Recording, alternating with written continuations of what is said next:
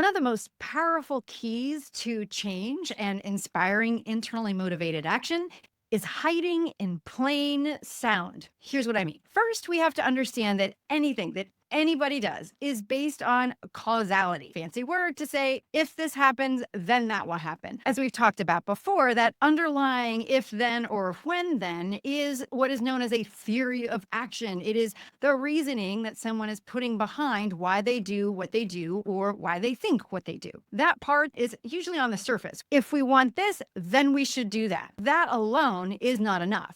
Sitting underneath those two is something that's known as a warrant. Yeah, as in a search warrant. But what a warrant is, and it's usually unsaid, by the way, is why someone believes. Here's the thing, though. If you ask someone, okay, why? And then they say, because, almost always the first thing that will come out will be some kind of evidence. If you want to raise your profits, then you should sell to people older than 50. And you say, okay, why? And they say, because there are more of them. Now, on the surface, that sounds like a fair answer, right?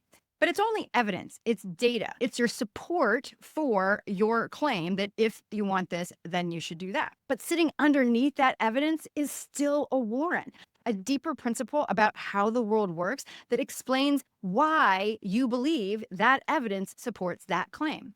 So if you said, if you want to raise your sales, then sell to people over 50 because there are more of them, the warrant underneath that is the more people there are to sell to, the more possible sales you can make. Do you see how that's different than there's just more of them?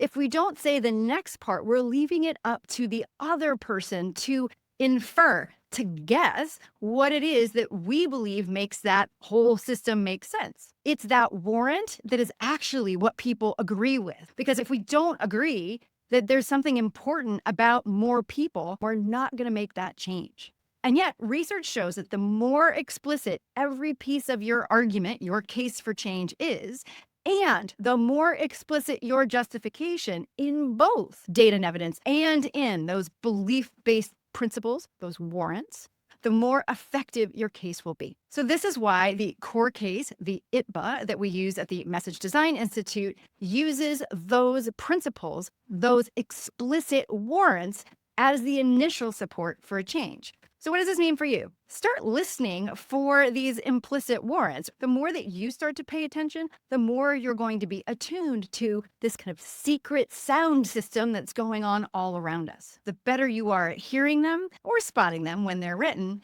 the more likely you are to articulate your own and make your own case for change stronger.